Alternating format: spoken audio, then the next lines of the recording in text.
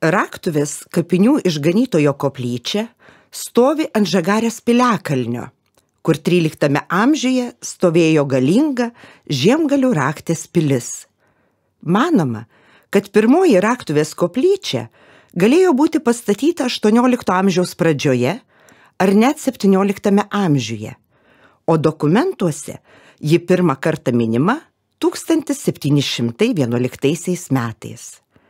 18 amžiuje piliakalnio aikštelėje aplink koplyčią buvo įkurtos naujosios Žagarės katalikų kapinės. Šis Raktuvės kapinių koplyčios pastatas baigtas statyti ir pašventintas buvo 1802 metų lapkričio 2 dieną. Koplyčia iš tašytų rąstų, kompaktiško tūrio, dengta dvišlaičių stogu, stačiakampio plano su trisiene apside, o per visą koplyčios plotį rąstų pertvara yra atitvertas priebažnytis.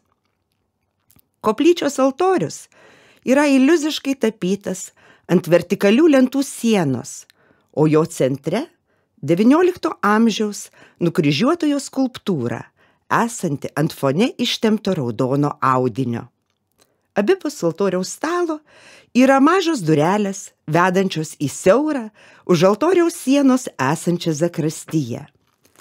Koplyčioje yra dvi meniškos 18 ir XIX amžiaus klausyklos, klauptas, priebažnytyje tašyto ir šlifuoto granito vandeninė.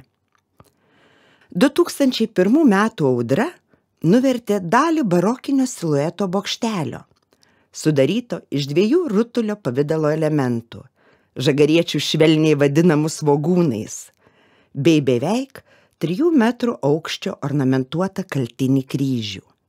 Jie ir dar keliasdešimt metalinių kryžių iš senųjų Žagarės kapinių yra saugomi koplyčios viduje įrengtoje ekspozicijoje. Per daugiau nei 220 metų koplyčia buvo kelis kartus remontuota, keisti langai, durys, stogas, sienos apkaltos naujomis lentomis.